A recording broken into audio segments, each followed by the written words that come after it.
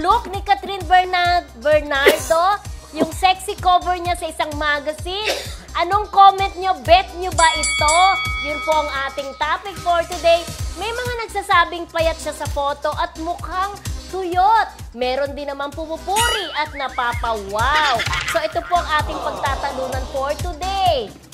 Diba? Bagay ba kay Catherine Bernardo ang sexy cover niya sa isang magazine? Hi! Pahinga ako today. Ay, Diyos ko. Ako. No. Yes. Diyos ko. Alam mo, mga Catherine yan, ha? Ano lang, for the sake of argument lang to. Sa mga Catherine, ha? Sa mga Catherine, ha? For the sake of argument lang to kasi no, paninindigan ko nila. Correct. Pero kung sa tingin ko, bagay pa rin sa kanya. Actually, nagulit ako parang ang dating sa akin niya, sophisticated. Ang dating niya kahit na parang gano'n, parang nagpa-sexy na rin siya. May papakita namang katawan si Catherine. Hindi naman kukunin yan ng isang magazine na yan na gano'n ang concept kung sa tingin nila ay hindi bagay kay Catherine. Ang parang sexy ang dating.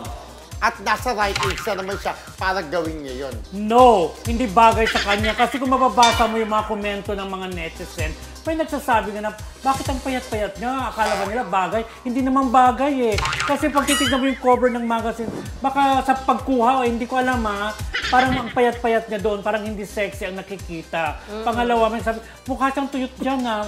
Pero iba-ibang pananaw kasi yung mga artista, pinupuri siya. Pero yung mga netizen, minsan kasi mas paniniwala mo yung comment ng netizen eh. Kasi yung kapwa-artist niya pwedeng mamlastic eh. Alam na magnega-nega eh. Yun ang sa akin. Nako, yung mga nagnenega po sa pictorial na yan ni Catherine ay yung mga hindi niya tagahanga. Siyempre, alam mo yun, may ibang iniidolo yan. Kaya parang feeling niya hindi bagay kay Catherine, parang dinadaw niya. Pero sa totoo lang, bagay na bagay sa kanya. Mas lalong gumanda ang dating niya nung mag-cover siya sa magazine na yan. Yan, yun ang akala mo. Pero siyempre, di ba pag ikaw tagahanga ni Catherine, hindi ka naman ang talaga eh, manlalait eh. Hindi lahat parang bulag ka kasi idol mo yan eh. Makikita mo talaga. So mas paniniwalaan mo yung mga hindi niya tagahanga. Kasi sabihin nila kung ano gusto nilang sabihin. Hindi naman sa down talaga. Kasi yung sinasabi nila na may mga tumitingin talaga na sa tingin nila payat, hindi sexy. Yung parang ganon. Parang tuyot or something. Parang masyadong skinny. Oo, parang ganon. Or may mga pa nga eh, hindi ko na sasabihin pero may comment pa na parang below the belt na, parang ganon. Yun.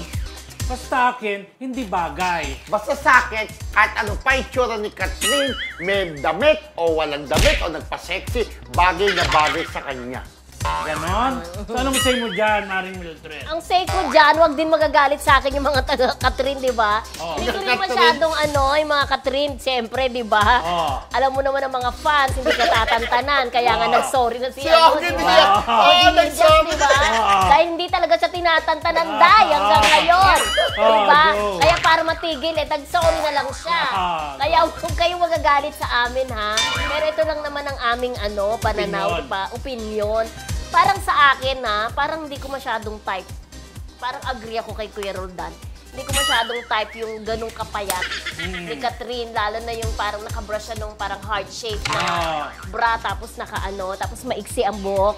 Pero mas bagay siguro yun kung mahaba yung hair niya, natakpan yung parang, kasi medyo lumalabas din yung mga bones niya, di ba? May payat talaga factor eh. Oo, may payat factor talaga. So parang ganon, parang medyo agree ako kay Kuya Roldan. At tama rin naman si Kuya Romel. Siguro to for pictorial lang naman, di ba? Kasi sa iba naman, sabi nila siguro parang maiba naman itong cover ng magazine para may dating. Ibang Catherine naman ang gawin natin. Nagtagumpay naman sila.